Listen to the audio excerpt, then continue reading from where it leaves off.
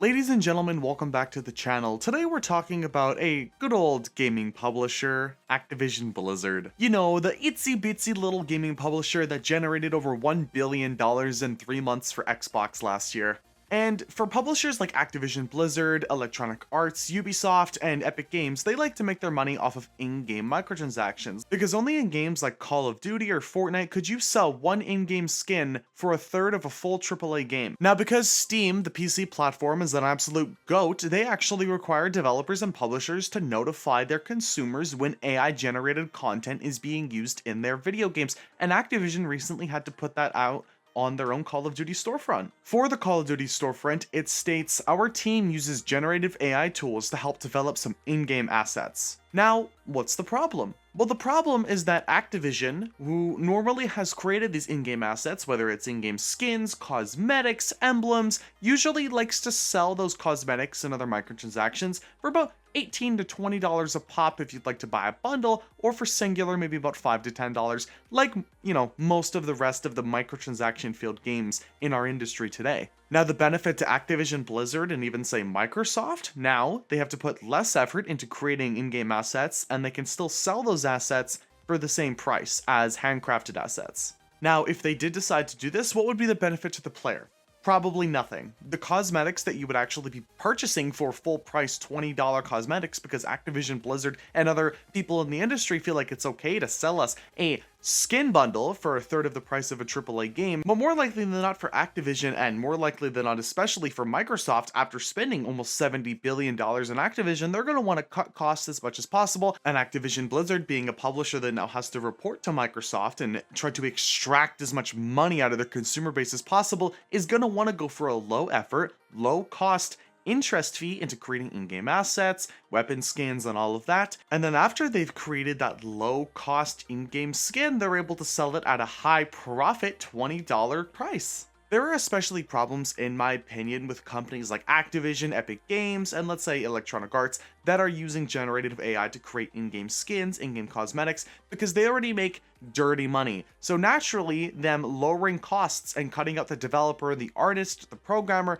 however you want to call it, and then just using someone to insert all of that AI generated content that they're about to make a shit ton of money from. Now, there is also a real possibility that Activision does not create any actual in-game assets relating to cosmetics, weapon charms, any emblems, because they've done this before. Clearly, there was an event about last year where they had like this Christmas event, and there was a zombie Santa that was clearly used by AI. It was clearly generated by AI because it had 6 very clear fingers. I don't think an artist would give a zombie 6 fingers, and AI has been known to mess up human hands. We took a look at a possibility of Activision Blizzard or Microsoft just not hiring artists, not hiring people who could be used at the studio to actually produce this art for these in-game seasons or these in-game events, however you want to call them, and then just using generative AI and prompts. That's lazy, you're cutting out someone's job. And you can even take a look at it and saying, hey look, maybe Microsoft or Activision or Blizzard, we could look at all of these companies, maybe they just want to use generative AI to create these in-game assets and skins and weapon cosmetics, because we could probably get cooler ideas out of artificial intelligence, and it would also be a lot cheaper, and we could also sell them for the same price, because players are still going to buy them at the same price, because screw the players, we are extremely anti-consumer. And I do fear that's where the rest of the industry is going. I would have no doubt if Epic Games ever decided to start using generative AI to create their in-game skins for their battle passes. I really feel like they'll be the first to make like an AI battle pass, where they'll be like, hey look, we can sell this AI battle pass for $5, but it's all generated using AI. But it's cheaper. So, for the people who don't want to spend $10 on our actual effort battle pass, a bit of a cheaper option for you. I'm just saying right now, that's going to happen. I'm calling it, or I'm just giving them an idea. What this is going to lead to is a future problem for all these big AAA companies. They're going to really feel like they're going to, be accepted when using this generative AI to create in-game assets, or even as something as simple as the events, like the actual posters for the events. I understand that is all this could be, but we cannot give these companies an inch, because they will take a mile. They'll do something small, like another event where they use generative AI, players won't get too upset, and they'll say, hey, okay, that's not a problem, we can keep doing that. They'll release a cosmetic for a few bucks that was used with generative AI. They'll tag it after there's a bunch of backlash, because more likely than not, they're not going to start tagging when cosmetics are made with generative AI, and then they'll get caught. There'll probably be some law proceedings. Then they'll have to start doing that. And then there's not that much backlash. And then they'll start selling those generative AI cosmetics for more money. They'll start doing $5, then $10. Then they'll start doing full bundles for $20, maybe even $30 if they're really big bundles. We don't know yet. The industry, especially with Activision, EA, Ubisoft, Epic Games, could really go haywire. And this will be a big discussion to have in the next few years on how these companies decide to use AI.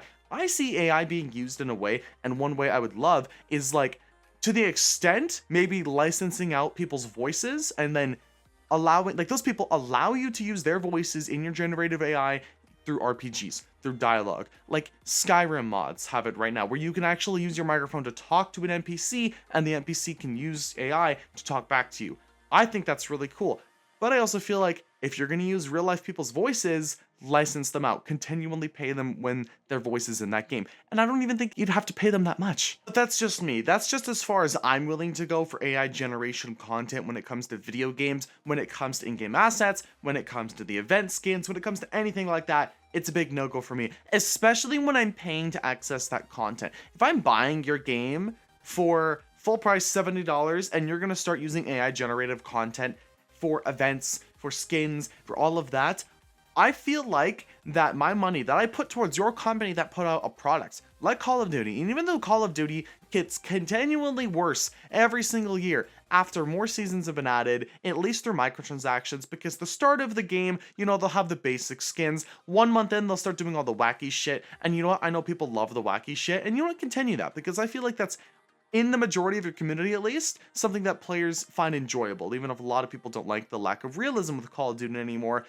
But most AAA, multiplayer live service games like this don't have any realism anyway, so I feel like it defeats the purpose. Just go wacky because people will buy it. But when the people at the top, and this isn't the people working on the skins, because the people who are the artists, who are the programmers, who are the designers, they don't want AI to take their jobs. And they had some person up in management decided, let's use generative AI to create this event skin. And I know it's something that's so small to create this zombie Santa. You give these companies an inch, they will take a mile. They will say, hey, these people were kind of okay with it. Let's start selling AI generated content. Let's start just making AI generated voice lines. It is a goddamn dream for companies like EA, Activision, Ubisoft, Epic Games, and any other company that wants to create a live service product for as little money as possible. And we can even extend this to Sony and Microsoft if they so choose to. Look, if they want to create something for the minimum amount of money and sell it for the maximum amount of money, they will do it. And if they can get a lack of backlash from it and people will still buy their products, they'll do it.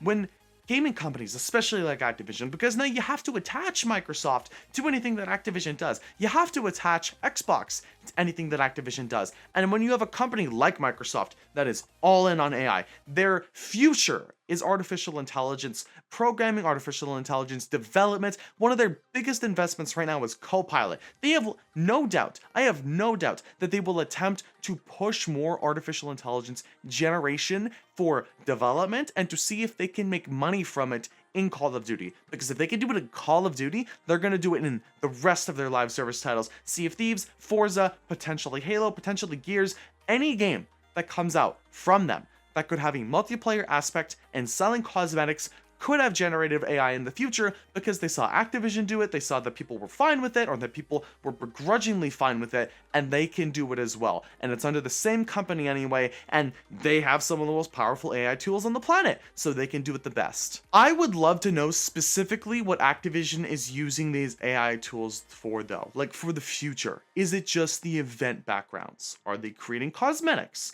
Are they doing emblems? For the next Call of Duty, is there going to be a lot more emblems because they were created with AI? Is the artificial intelligence that they're using to generate these cosmetics, these in-game assets, is that going to increase the amount of asset content or the amount of unlockable stuff you actually have at launch? Or is it going to be the same amount, it's just going to be worse because we used AI for it? I would love to know these answers. I would like to have more questions for these companies, but I don't want to keep you guys here for another 30 minutes. So thank you guys for watching the video. If you did enjoy, consider leaving a like, sharing, commenting, subscribing, if you so choose to, and also becoming a member. It's as low as $1. Thank you all for watching the video. I'll see you guys in the next one.